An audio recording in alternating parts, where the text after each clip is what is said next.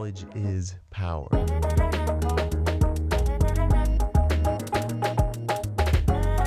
Reality is.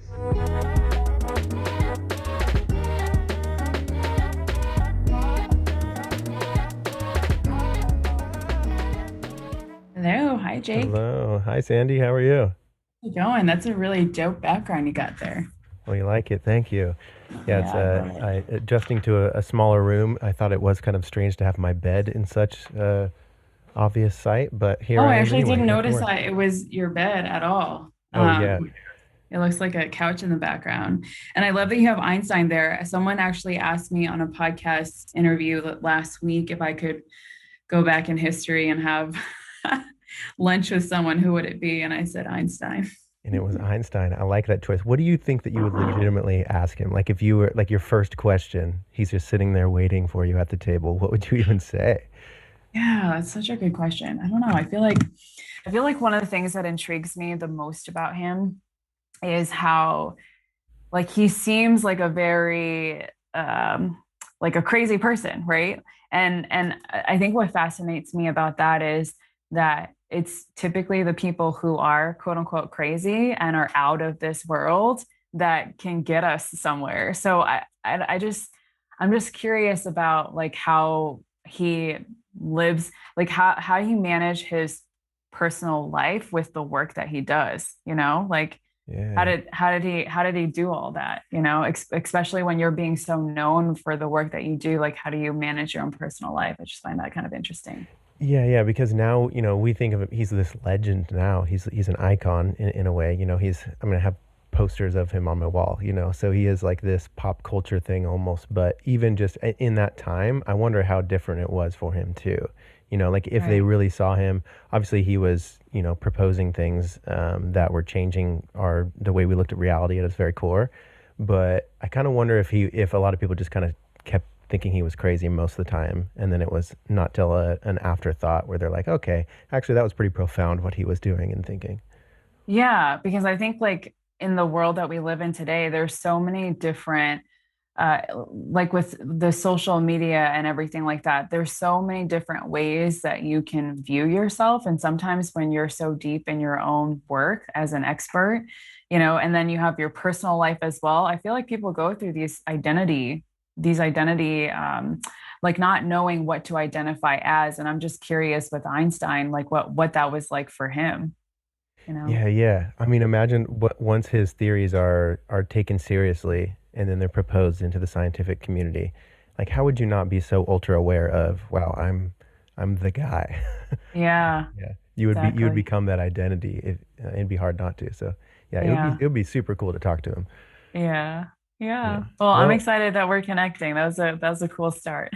yeah, definitely. Yeah. Hey, anybody who likes Einstein, I'm usually pumped about. I think that for me, because I've got like a couple Einstein shirts and stuff too. I, Hmm. I don't know. And I'm not someone who can like recite everything he's ever said. I'm so fascinated by someone who sees the world and goes, huh, like I wonder if there's an answer to it, or I wonder if that's something I could solve, or just someone who's using their ideas or their intellect or their inner, thought patterns to decipher the world around them is just so cool to me to like push against those boundaries. Yeah, well, I love what your like the summary of your podcast says. It's like exploring the galaxies of human connections and understanding perception, right? Like that's why people like him are so fascinating to me because it takes someone who is very courageous and brave to challenge the status quo or to challenge what's normal and to actually challenge the entire world to start viewing things a lot differently as well. Like he must have been very, very crazy, during those times. But today, you and I are sitting down together right now, and we don't even know him personally or anything, but we're talking about him, right? So Yeah.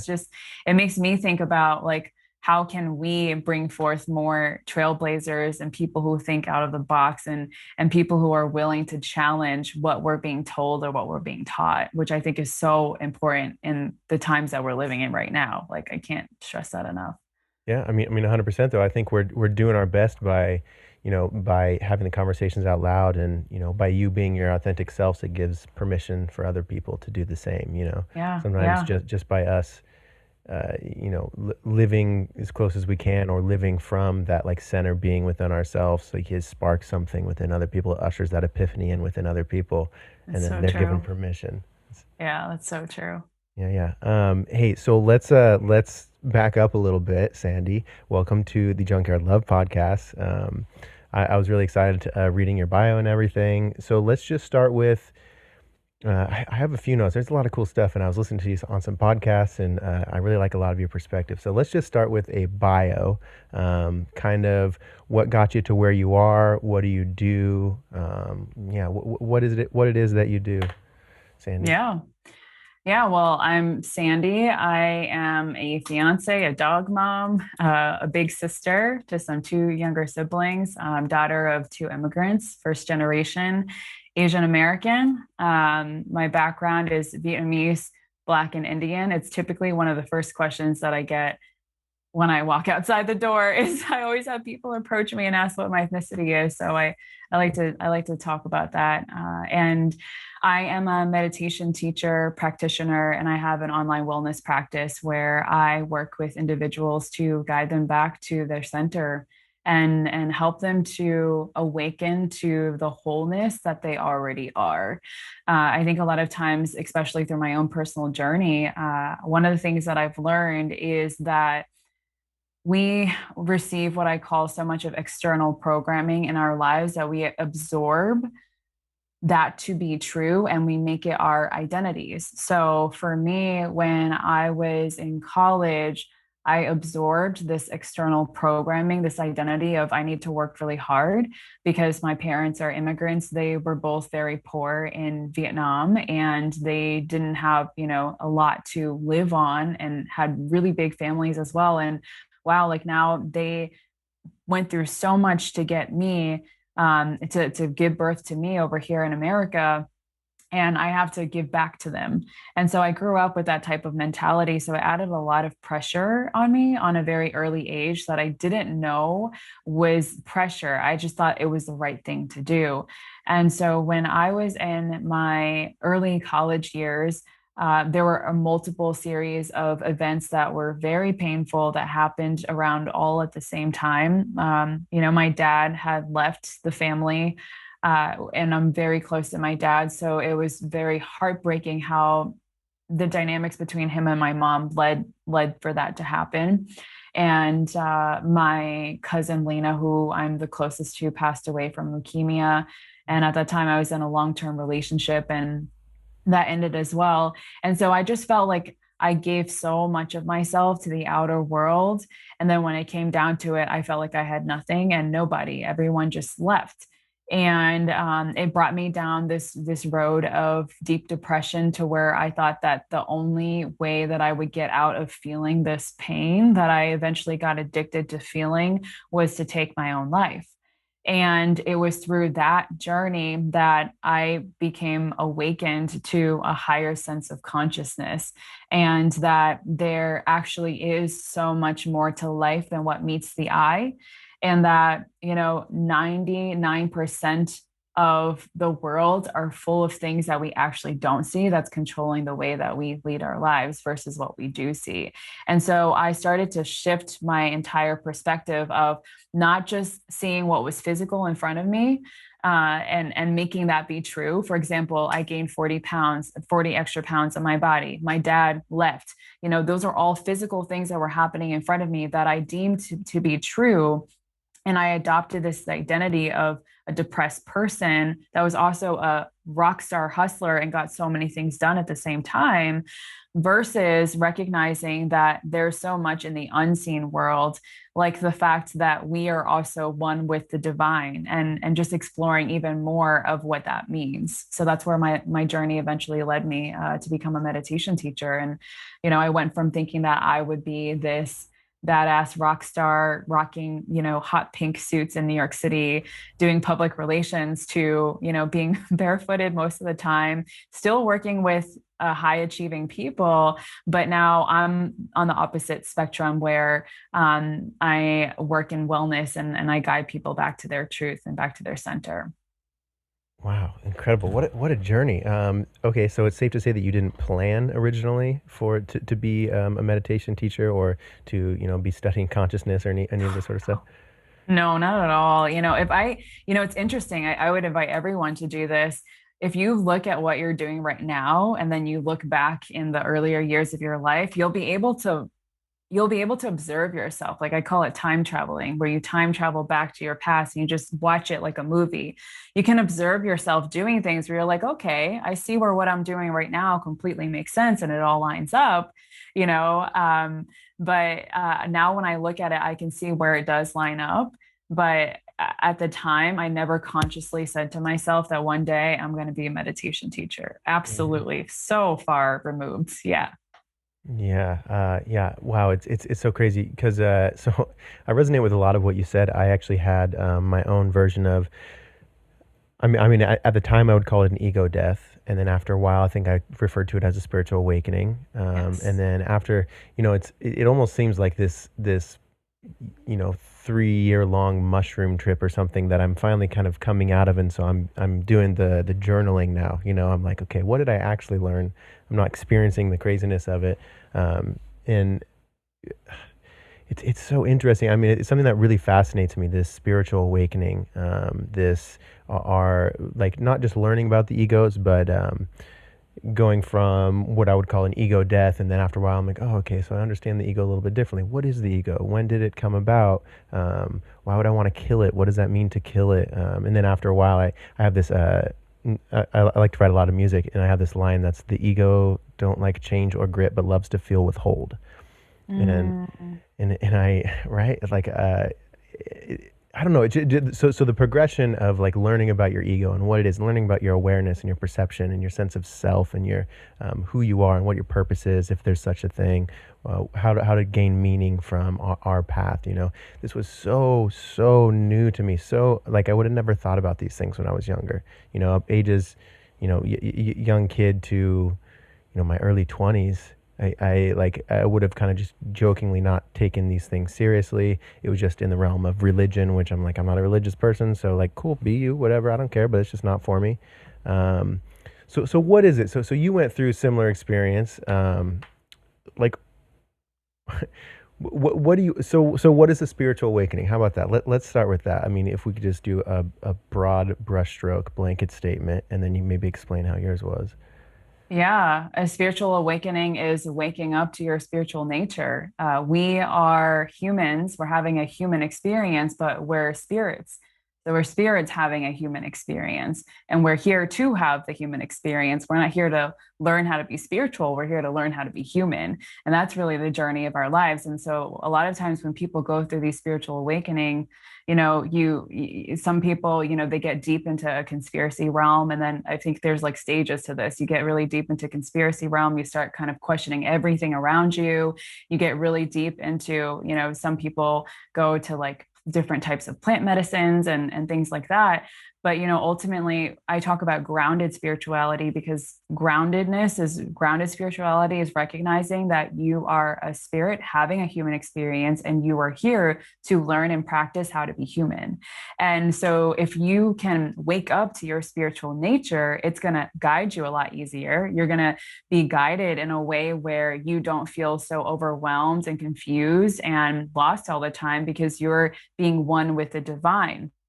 You're being one with your higher self. Whereas if you weren't awakened to your spiritual nature, you think that you are only human. And when you think that you're only human, you think that you are subject to pain, you are subject to, dis-ease, and this is how your life is going to be. So, for example, when I had depression, I just thought that this was how my life was going to be. At that Mm, time, I adopted this victim consciousness where so much of the way that I was thinking was coming from the unconscious portion of my mind. I believed that I was going to feel this way forever, to such a degree that I thought that the only thing that would take this pain away was if I took my own life, right? And so when you understand that you are a spirit having a human experience, you recognize that, yes, I am this human. I identify as, Jake, the podcast host, or Sandy, the meditation teacher. However, I'm also a spirit as well. I'm beyond what my body is. I'm beyond my mind. I'm beyond my thoughts. So if I were to put that in a blanket statement, that's what I would say a spiritual awakening is. It's waking up to your true nature and just allowing all the things that aren't not you to Mm. fall away. Wow, wow, wow. Yeah, that's great. Yeah, I see, and I don't know, perhaps you see this too. Maybe it's just because I'm looking for like-mindedness in a sense. I think about the internet and I think about YouTube and I think about audiobooks now, even like just how quickly how quickly what we are humans have been able to experience all this spiritual growth because of technology. Like the fact that I'm able to, while I'm, vacuuming and doing laundry, I can be listening to Ram Dass in my ear, and then it's going to suggest me another one. And like if like my algorithms know me so well on YouTube, it's just like it feeds me so much great spiritual stuff. But I also see other friends who do take it like more of a deep dive, more more let's say more down to like star seeds and Right. really identifying with empaths and stuff. And I'm not saying there's anything wrong with this at all. I feel like it's all kind of a doorway to the same thing. But I do find it very interesting what the internet is doing for us. Like how many people are being, let's say, awakened or finding some sort of spiritual journey or some sort of narrowing of path because of the internet, because of technology, which makes me think that it's the way that everything is, the Tao of things. It makes you think, oh, okay, we're supposed to have technology then, or it's, I don't know. So what do you think about the state of technology now, and like how many people are coming to realize some sort of inner being within themselves because of it?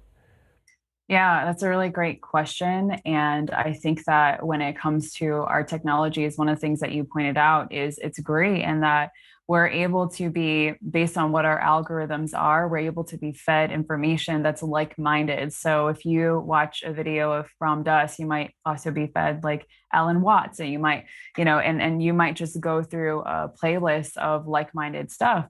But then the contrary is also true. If you're watching videos that's related to a lot of the things that is being fed by media, then you're going to receive that as well. So I think when it comes to technologies, remembering that you also have an inner technology as well is what's Mm, going to help you to use the outer technology, right? Like it's when we think that it's only this outer technology that does it, that's going to connect us, is when we lose sight of our own internal technology. So what's our internal technology?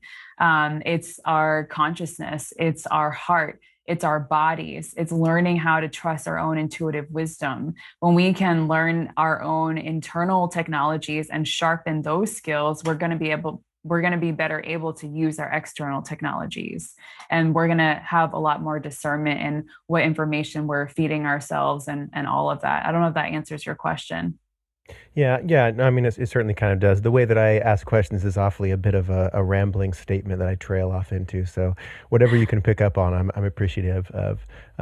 So yeah, I think that it's just very interesting to me to look at the different stages of my life. Like before I really thought of anything spiritual, like the way that I just never really, I never disliked it. I never thought that it was completely wrong. I feel like I was like a casual atheist maybe, but I just never really contemplated it very much.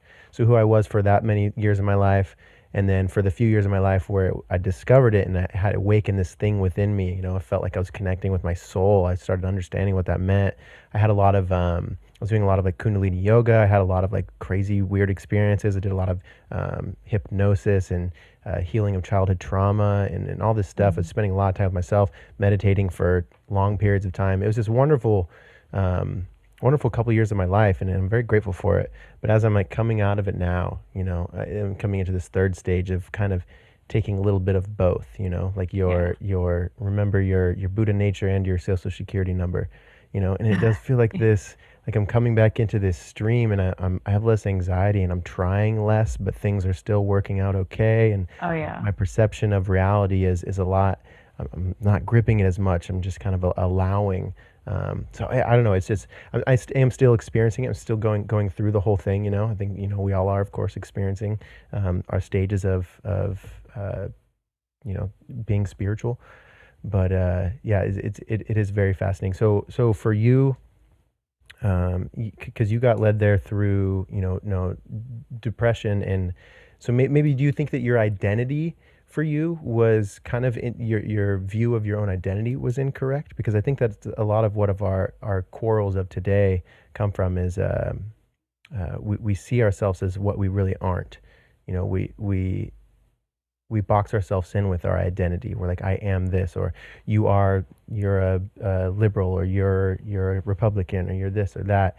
And I think that when we can let go of a lot of our identities, it seems to where life gets a little bit easier, you know. Right. Um, Yeah.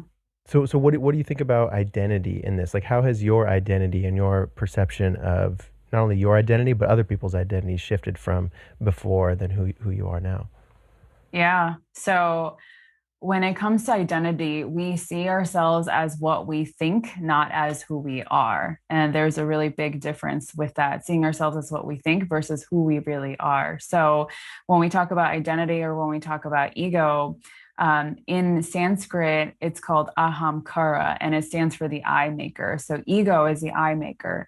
So a lot of times when we hear the word ego, we think of, oh, like you're such a cocky, you're so cocky or you're so conceited or whatever. And we think of, oh, that person has a big ego, right? That's how we use it in our mainstream culture. But the ego is really what I identify myself with. So, and that's called the I maker. It's what makes up your personality. And so the ego is things that you identify with in terms of your social status, in terms of your economical status, your financial status, in terms of your roles or your titles, or your positions in the world. All of this makes up your ego. And a large portion of your ego is also through external programming. So when I talk about external programming, what I mean is from a young age, from when we were little babies, when we were first born, it's like we had camera recorders that we had on our eyes, and we would record everything that was happening around us. And based on what was happening around us, we absorbed it into our minds and we took it to be true. So, if for example, my future mom-in-law, she hates coffee. So she wakes up every morning and she drinks coffee. But every time she drinks it, she's like, ugh, like I hate this coffee. It's so disgusting. And she just freaks out drinking it. So I'm like, so why do you drink it? Like, did your mom drink coffee? And she said, yeah, every morning. Every morning I'd wake up to the smell of coffee and I just watch her drink it. So unconsciously, she's drinking coffee every morning because she watched her mom do it every morning. Hmm. But you see, like when we're not aware of what we identify with, we actually absorb it into our human experience and our lived experience to be true. So for me, I identified with just being a student, being an overachiever, being a big role model to my younger siblings, and being the first person in my family to, go to college and graduate and all of that. I identified largely with that. And so when I was experiencing depression and all these things were happening in my life, despite what was happening, I still forced that identity. And that's exactly what caused me to just lose my mind towards the end of it. I went through this one period. It was my junior year in college where I competed in bodybuilding because I was like, okay, I've gained so much weight at this point. Let me do something to be healthy. So I did the opposite and I went to a new extreme. So I competed in bodybuilding. I started an online wellness business at that time.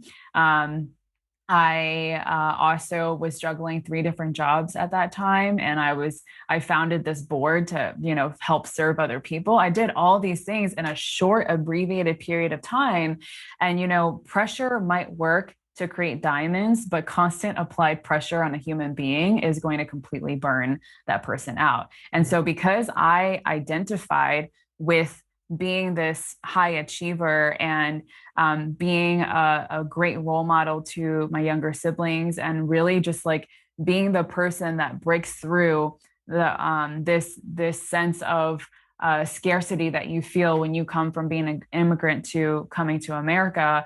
I burned out and I didn't have anything left to me. So what we identify with is really, really powerful. And the other thing that I want to note here, to something that you said earlier, Jake, is something about killing the ego, right? I think sometimes in the mainstream self-help culture, we talk about the ego as if it's a really bad thing. But the truth is, we actually need our ego. Like, if you didn't have your ego, Jake, you wouldn't have a personality. You wouldn't have all these lived experiences that matter to you, that make you who you are today. And we wouldn't even be able to have this highly engaging conversation and vice versa, right? And so your ego is necessary. It's part of your path. The problem is when you don't know how to befriend the ego, or you don't know how to offer it the types of internal technologies that it needs in order to thrive, that's when the ego starts believing more information from the unconscious part of the mind versus the conscious part of the mind, or Mm. the super conscious part of the mind. So it's one of the things that I talk about is the three levels of consciousness. So the unconscious part of the mind makes up 98% of the way that we think. It's our past traumas, it's our limiting beliefs, it's our learned behaviors. That's our unconscious mind. The conscious part of the mind is 2% of our mind, and it's what we're presently aware of right now. So if that's 98% of our mind, the unconscious, and then our ego is majorly going to come from the unconscious part of the mind. So really our work in the spiritual journey is to undo what's in the unconscious mind, bring it to the conscious so that we can have a present experience. And that's what a lot of the work that Ram Dass or, Alan Watts, I love the two of them because their views on spirituality is very grounding. It's not, I think there's a place for talking about star seeds and galaxies and other beings like aliens, and there's a place for all of that. And so the people who are on that journey, they teach completely different things for me, however. And what I like to teach and understand is how can I incorporate spirituality with my human experience, because I'm here to have a lived experience. I'm not here to be somewhere else that I'm not. Yeah. Wow. Wow. Yeah. Yeah. I was thinking about, yeah, we all kind of, all these different views of, whether we think it's star seeds, or we're listening to Ram Dass, or we're into philosophy, or we're into, somehow we find it through science and quantum physics, or all these different paths, religions. They're all kind of pointing to the same thing. I think Yes. about, I have one of my friends. She does identify as a starseed in this whole thing, Hmm. and I don't understand it completely. But when she speaks about it, and when we talk about these sorts of things, the whole time inside I'm like, yeah, totally, I get you. Yeah. I understand what Yeah. you're saying. Like I'm never.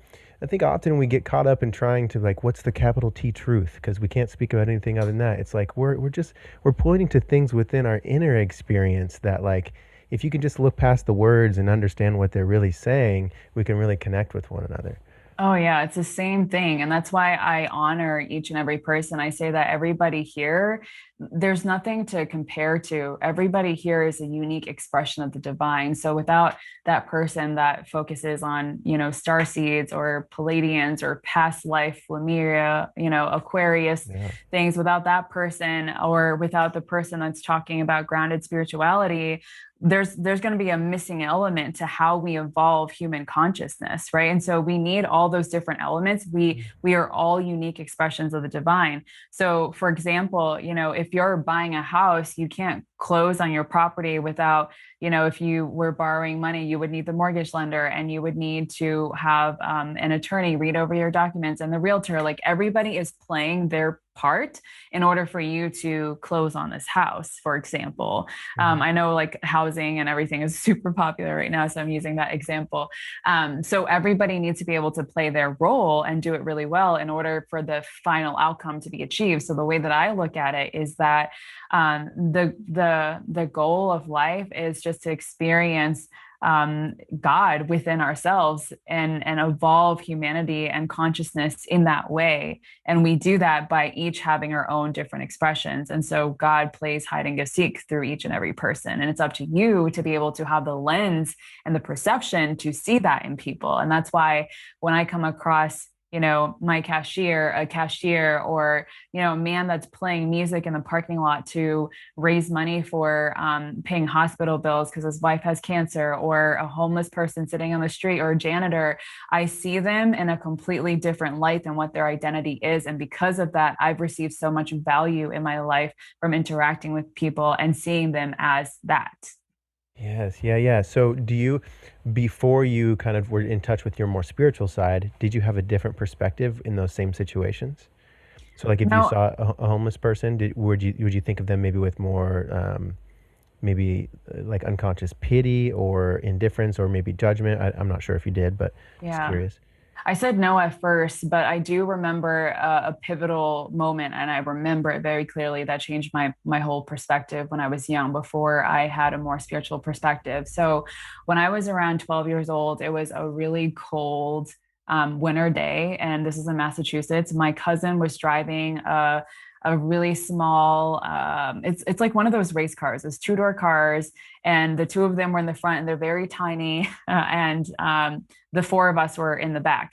And we drove by Main Street, and there was this woman wearing a really, like, she was wearing a skirt and tall boots, like long boots, and she had her, her thighs, skin showing, and I judged her, and I called her oh, like, look at that prostitute over there with that guy, like, why would she be wearing that, like, when it's so cold outside and everything. So I judged her, and that's just from my learned environment. And so we drive up this hill, and now we're stuck. And now my two cousins in the front, like, they're both super tiny, like, we're all super tiny, and we're like trying to push it. And, the car's not budging. So we're just trapped at this point, and it's freezing cold. And before you know it, the woman that I judge with the boots and, the heels and everything, and her man were the two people that came up and helped us push the car, and was so sweet and so kind and so compassionate. And if it wasn't for them, we would have been stranded there.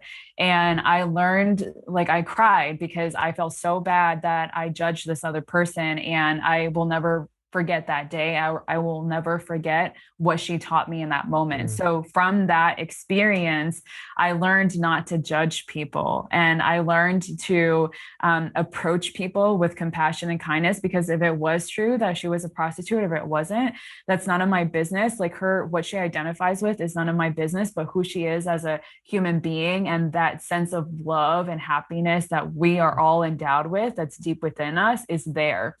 And Mm. again, like God is there, right? So who am I to judge her? And so from that experience, every homeless person that I encountered, I approached with a place of love. I literally would just go, I would buy them something to eat, I would sit down with them, and I would have a conversation. And through those experiences, I learned so much. And when I was actually going through my years of depression, I felt like the people who were homeless understood me the most. I found this sense of understanding, and this sense of togetherness in homeless people versus the friends and the people who are around me. Wow, wow, wow. That's awesome. Yes. Again, with Ram Dass, how is this also just God dressed in drag? He would often say stuff like that. Ah. Learning that someone that was annoying him is actually just God dressed in drag. I Um, like that. yeah, isn't that so great? Yeah, Because when that's good. when we, maybe it's because we're caught in our identities, and so we're seeing our other people's identities in contrast to who we think we are. So we're like reaffirming our identity. Oh, I'm this person, and I know that because they're that person. It helps us feel safe in our own selves. But it's interesting little bit of karmic learning that may have been happening to you there. Yeah. Because it's again, we meet each other on the wrong levels so often, and we see that a lot in the media, in the news, and all these things. We meet each other, we say you're this and I'm that, and we don't get along, whatever. But like if you, I'd imagine now, when you would first see someone, say they're dressed in the same exact outfit, like tomorrow, if you're walking around, you see someone dressed in the same outfit, you're not even probably going to consciously think like, oh, that's a prostitute, or I would have thought. You probably would have just, if you have an interaction with them, you're just going to be present, and you're just going to be with them. And whenever they Exactly. have to offer, what not offer you as if you're taking something, but whatever they show up as is who you get to interact with, like, so if you're polite to someone, they're often polite back, but if you Yeah. assume that someone is this other thing, you might accidentally come off at them, like if you're treating someone like a prostitute, maybe they're going to respond like a prostitute, you know Exactly. And it's unconscious and you're not aware of it. So today, I think my fiance gets to see it the most because he spends the most time around me, but I'll like the other day we got groceries and the guy that was bagging our stuff and checked us out, like he ran to the front of Trader Joe's where all the flowers were and he gave me flowers like before I left. And Wow. I just have things like that happen Wow. often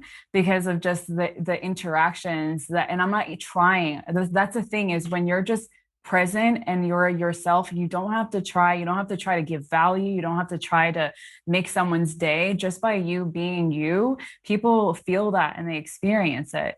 And along the other lines of what you were saying, I think that approaching people from a place of giving them your present attention and awareness versus judgment, although the mind is made to judge, right? So like don't judge yourself for judging if you're judging because like that's This what the too mind is, does. yeah. That's literally what the mind does, but be aware of it because when you're aware of it, you can see how you're approaching people and situations. The thing I want to say about this is more important now than ever because what I'm witnessing in the landscape that we're living in right now is that there is a constant, it's like a constant injection of fear from things that we're absorbing from the media, right? So whether it's politics, like if you're a Republican or I'm Democratic or vice versa, or if you got vaccinated or I didn't, or if somebody believes in wearing masks or somebody doesn't, what I'm noticing is there's so much divide and separation based on these judgments. And we're almost getting to a place where we're losing sight of human connection and being present with each other without these other labels that are there. And it's making us sicker because when we don't have human connection, when we don't feel connected to ourselves, when our mind is so focused on trying to be right and trying to impose what we believe on other people, we are literally extracting ourselves from being present within our own bodies and having a more present experience. And I would say the greatest gift of life is to be present, to actually receive what's in front of you. Mm. And so I don't invite anybody listening to this, if you feel like, you're coming from a really good place and you want to save the people around you, for example, again, I think a lot of us come from a place of great intentions, right? When it comes to all these labels. But the best thing that you can do is to do what works for you and what serves you and to offer compassion and understanding to the people around you. And when you do this, you get to learn from the other person, they get to learn from you, and we evolve as humanity versus, if you don't believe this, then, you suck and you're going to die. It's such a completely different energy. How do we evolve in that way? Yeah, yeah, yeah. Sandy, your speaking is poetry. You're saying so many, like your sentences are just following each other so well. I'm just like, yep, heck yeah, yeah, heck yeah, sister. I'm like, I'm loving it. Great fire stuff. Okay, so how do we become aware? This is the biggest thing, right? You're a meditation teacher, and I think that's really the essence of meditation. As I study it a bit more in my own practice and learn about the different types, my definition of meditation, I feel like kind of changes. So. I think that's probably one of the bigger things of meditation is becoming aware, and then after some time, you start to form like a natural distance with the awareness from your actions or the observation of your thoughts. So, in your world as a meditation teacher, like what type of meditation do you typically teach? And then how would you, someone who doesn't meditate or they don't really, maybe this intrigues them, but they haven't really experienced much meditation or gaining awareness or being able to see when they may be unconsciously judging someone. What's the introduction to that? Like, how do you normally kind of explain that? Yeah. So just to speak to what's present right now, I would say that the way that we would become more present or more aware of ourselves is by reconnecting back with our bodies. I think that conversation is so much more important to have. And it's contrary to what you think meditation is. So typically, when people think of meditation, they think, you sit down, you close your eyes, and then you focus your thoughts or you don't think at all, right? Just like get rid of your thoughts, Turn right? them off. It's easy. Turn them off, right? But just like your heart is beating involuntarily, just like when you eat food, your stomach breaks down all your food for you, right? Like your brain is here to think, it's here to make judgments. In order for you, if you didn't make a judgment, we wouldn't be having this conversation right now, right? Because you had to make a judgment on whether or not you want certain people on your podcast or not, and vice versa, right? And so our brains are here to help us, and we need our brains to make judgments. However, it's not about the thinking, it's about getting back in touch with your body. And so the meditation that I teach, I call it Shanta Royale meditation. And it's a body of wisdom that I've developed over the past 9 years from learning this work. I learned meditation through my teacher, who is Leonard Perlmutter, and he studied from a teacher. He's a disciple of Swami Rama, who was one of the first yogis to come over from India to America. And he had scientists put EKGs all over his body in order to see or believe that he can actually control his internal pressure, temperature, and everything, his heart rate, his heartbeat. He can turn it off, he can turn it on. And so they did that, and they were able to recognize that, wait a second, this yogi is proving to us the opposite of what we think is true. This yogi is showing us that it's actually true that the mind and the body are connected as one. Whereas in the Western world, we see it as two completely separate things, which is why oftentimes when we go and we see doctors, it's mostly focused on finding resolves to the symptom versus seeing the holistic picture, right? And so that was who my teacher studied from. And then he initiated me into this tradition. And so this meditation tradition is it's yoga science. It's very much focused on how do you integrate being a human while also having the spiritual experience at the same time. And so there's breathing practices that we learn in order to become one with the divine. And that's called yoga science. Yoga stands for union. And all of life is really this science experiment. If more people recognize their life as an experiment, we would just have no pressure. Like we would just say, it's just an experiment, It'd be right? so Like I'm going fun. to try it. It would be so fun. Exactly. So I'm going to try this. And if it works for me, great. Like I'm going to eat, this cheesecake. If it works for me, great. But if I feel bad, I'm not going to eat it again. Right. So it's this big experiment. So I studied from my teacher. And through my studies with my teacher, I was able to go into deeper practices within myself. And that's when I came up with a body of wisdom called Shanta Royale, which stands for the royal path of peace. So when I was initiated into this tradition, my teacher gifted me the name Shanta, which stands for peace.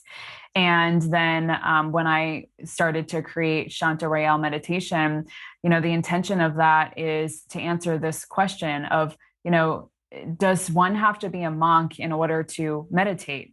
Or can we be bill payers, householders, have kids and be multimillionaires and still be able to experience a sense of peace? Because when you're on this path of spirituality, you constantly think you have to give and sacrifice one thing for another, and you don't think that you're actually allowed to have this human experience, I find. And so the meditation I teach is all about reintegrating yourself back into this human experience and being very grounded. So one of the first things that we do is learning how to reconnect with your body. We've been so far removed from our bodies, even to this day, we're constantly, on our phones, which take us literally out of our bodies. I want more people to pay attention to this. Pay attention to if you're breathing fully when you're on your phone, or are you just holding your breath, or are you just breathing from your chest? Right? When we were babies, we would breathe from our diaphragms. We would inhale deeply and exhale. If you have babies, watch the way that your baby breathes, because that's how you were breathing. You were able to self-regulate as a baby. However, when we got older, and the more that we inundate ourselves with these external devices without being in tune with our internal technologies, now what we're doing is we're being more further removed from our bodies. We're not even paying attention to how the breath is going into our bodies, and we're cutting the oxygen that comes into the cells really short. And so part of it is learning how to slow down. learning how to create a lifestyle around what your core values are and what's important to you, and setting healthy boundaries. So that's one of the main things that I teach, like super beginner level. Set healthy boundaries, learn how to have tough conversations. Because if you keep saying yes to things in your life when your whole body is just like, it's hurting, it's saying, no, I don't want to do this, and you do that over again and again and again, when you go and you sit down in your meditation, you're not going to be able to go there. You're not going to be able to experience that sense of peace that you want, because your body is so high on adrenaline and it's so burnt out that that level of intention that is required for you to be in a more focused space, it's not going to be there. So before I get into any of that, I teach people how to move their bodies and how to get comfortable with their bodies so they can feel safe in their bodies. And then we Mm. go into the meditation, but that's all part of meditation in itself. Yeah, yeah. So do you find, for me, I was a body, well, I wasn't competing or anything, but I enjoyed bodybuilding. I liked being big. I liked lifting heavy weights, all this Yeah. stuff. And then now I mean, I always liked running, but I like running a lot now. I love doing a lot of yoga. I'm not caring about as much what my physique looks like, but more how I feel. And the difference from that is just so profound. Did you have anything like that from when you were bodybuilding versus kind of do you do yoga or any of that sort of stuff now? I do, but I don't do yoga. Like, I don't do the asana practices and things like that that you learn in a regular yoga class. I like Mhm. qigong, and Mhm. I do movements where I'm twisting the body in a way where it's massaging my lymphatic system, and it's like it's building muscle at the same time because it's really natural, strong movements. But yeah, that transition was interesting for me to go from lifting heavy weights to, not doing that at all. I don't even go to the gym. I do a lot of practices where it's just with my own body, and I've been the same weight, since. Whereas when I was bodybuilding, I would fluctuate up and down, and I would just either feel so insecure that I was going up or down. It was just too much. And Mm. so now what I find is I say self-care is being self-aware. So I'm just aware of what my body needs, and I do it, and I just listen to it. And then it tells me, what practices to do, or what's going to feel good. But yeah, I haven't done that hardcore bodybuilding type of workout in a really long time. I do love running. I love qigong, which is a very ancient movement practice as well that strengthens your body up from the inside out. And I love short bursts of movements as well, interval training, so short interval trainings, but mostly just free weights, free body movements. Yep, heck yeah. I'm a lot with you there. I've had a gym membership for the last couple months, and I'll kind of go a couple times a week. Mhm. But it's not incredibly tough. It's nothing like I used to lift, you know. It's just I'm just trying to feel good. I'm trying to feel like my posture is supported. Yes. Um, and then I'll hit the sauna afterwards at the gym too. That's always Yes. I feel really I try to meditate in there as often as I can, just try to focus on the breath, Hmm. and that gets you pretty dang grounded. Yeah, because we really don't notice how far off base we get when we're off base. It's like if we could snap our fingers and feel instantly, like just for 5 seconds. Okay, here's how I feel hungover.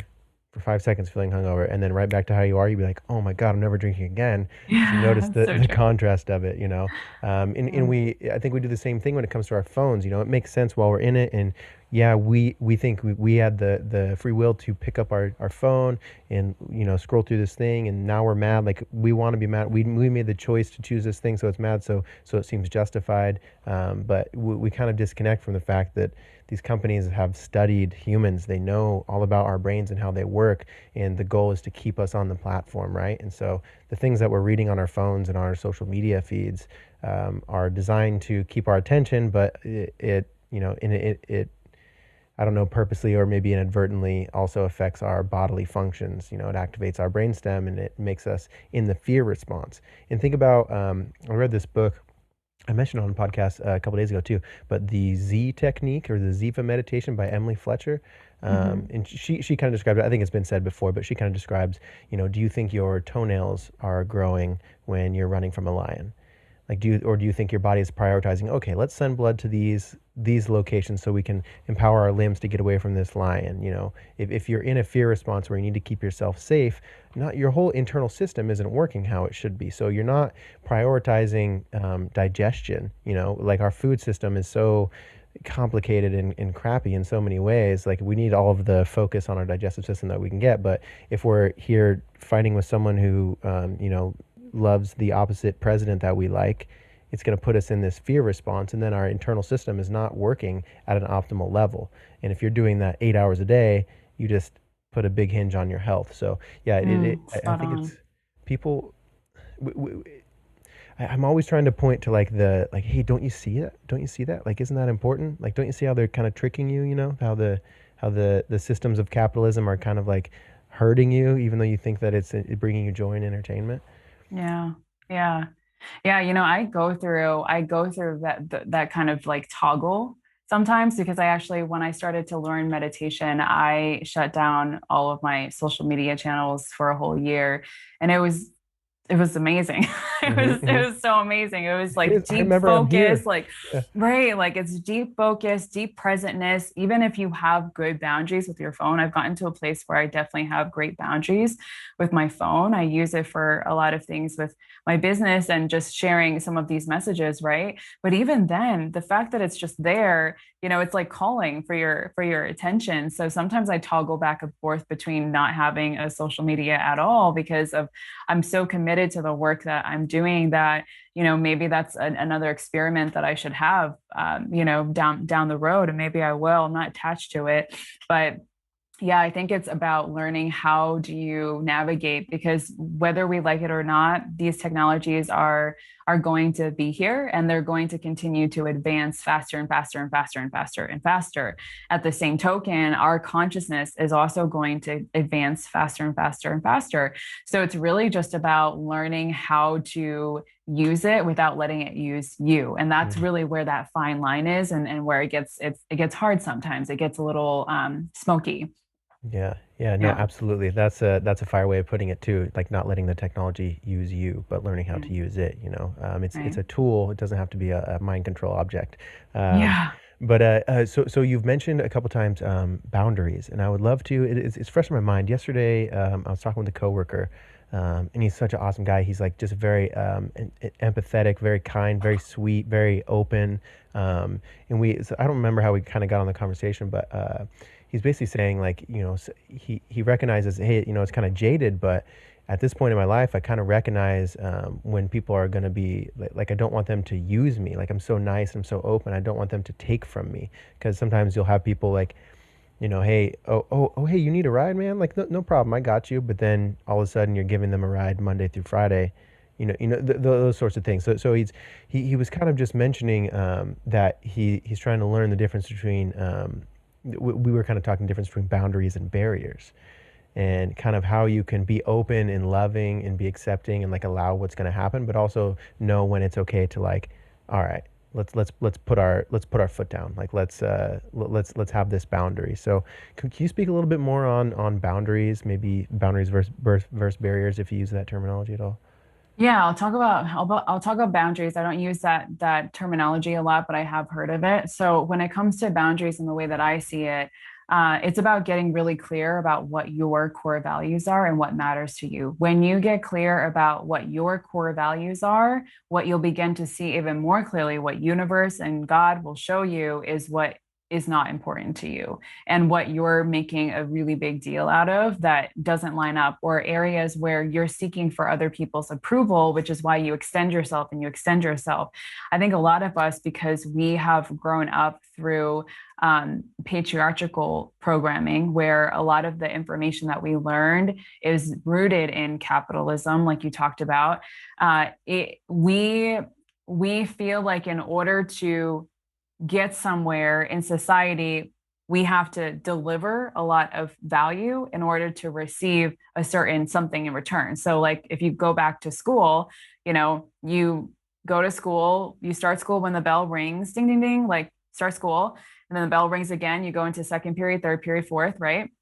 And then you it's like constant reiteration of how we're supposed to be learning. Like you show up, you do the work, and then you move on to a higher grade. Now you're going to reach another level.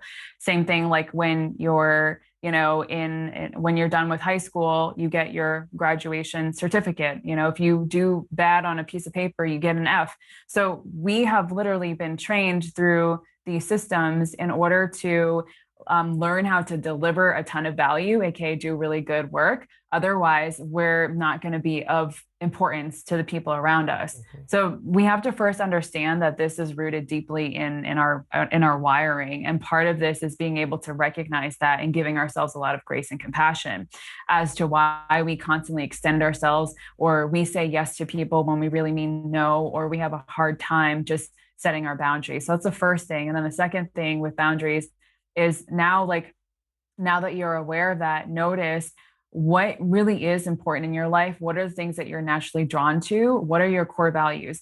What's more important to you than money, and why? If you answer that question, you might say happiness, you might say health, you might say joy, right? Those are your core values. Now look at all the areas in your life where you're saying yes to something when it's really not lining up with those core values. For example, if you had, negative Nancy, calls you every Sunday to complain about the same things again and again and again, and you entertain it every time, even though after that 1 hour conversation, your energy is just completely Mhm. drained, Mhm. right? But you don't know how to say no. Does that line up with your core value of happiness or health or joy? The answer is no. So if the answer is no, why are you entertaining this? Actually allow yourself to sit in that for a little bit. Where is that coming from, right? When we do this type of work, what we're actually doing is we're giving ourselves the ability to reprogram the decisions that we're making and where they're coming from. So maybe if you look at this a little bit more, maybe it was from when you were 10 years old, you got made fun of because you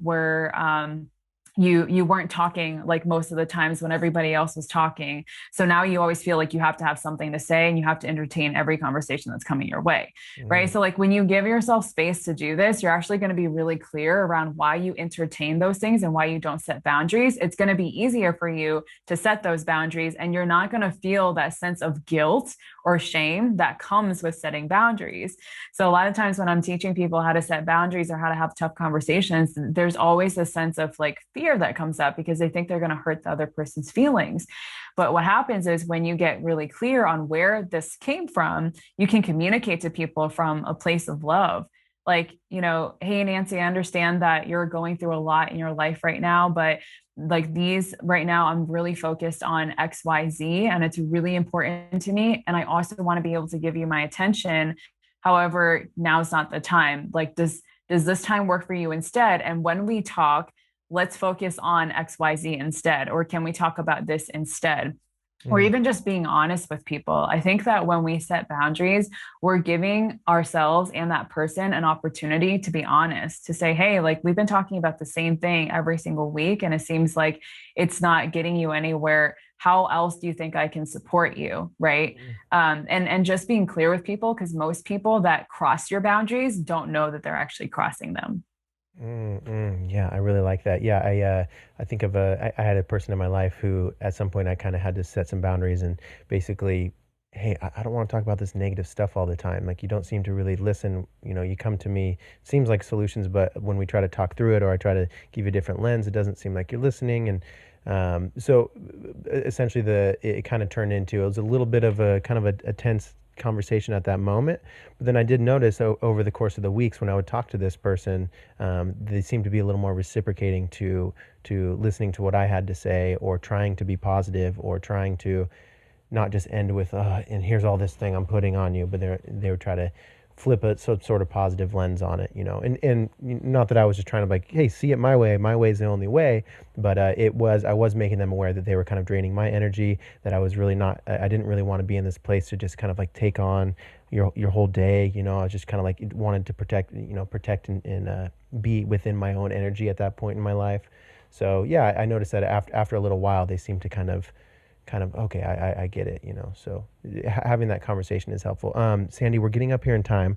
I would like to try to squeeze one more question in here if you're cool with it. Yeah, let's do it. Yeah, I ask guests this one fairly often. Simply is what does the world need more of right now? Oh, the first answer that comes up is love, love and peace. Like if we can learn to view everything, no matter how painful it is, no matter how much you don't believe in it, no matter how opposing it is, if you can view it through the lens of love, then love is going to teach you something, because love is also the most ancient traveler. It has been here long before we've been here. It's the reason that we're here, and it's going to be here long before we're gone. And so, in order for us to be instruments of love, we have to be able to view the world through that perspective, no matter how much we disagree with the things that are happening around us. And the more that we can do that, the better teachers and just people we can be in general, because we're all here to teach, and we're also all here to be students and learn as well. Yeah, we're here to take the curriculum. Instruments of love. That was a wonderful thing that you just said. I like that. Thank Okay, you. so summarizing your website, let's make sure we send everybody. Where can they find more of your stuff, more of your talks? Like, where can we get your info? Where can we find you? Yeah, you can find everything on sandyvo.com. So Sandy, V is in victory, O.com. And it'll connect you with every program, service. There's a free meditation right on there, my podcast, and then other podcasts that I've been on. We're working on that right now. And then my Instagram, all of that is on there as well. Okay, I love it. I'll include it in that description. What's the name of your podcast one more time? It's Prosperous, the podcast. Love it. All right, everybody, check that out. Check out Sandy Vo. I'll include the info in the description. Thank you so much for your time. I really appreciate it. This was a wonderful conversation. Thanks so much for having me, Jake. I really enjoyed it. Yeah, yeah. All right. Well, take care, listeners. Take care of yourself. Love yourself. Stretch. Drink a little bit of water, and look around. You got life right here. Be here. Take care. See you later, Sandy. At what age do we learn how to have better conversations? At what age do we learn to have better conversations with ourselves?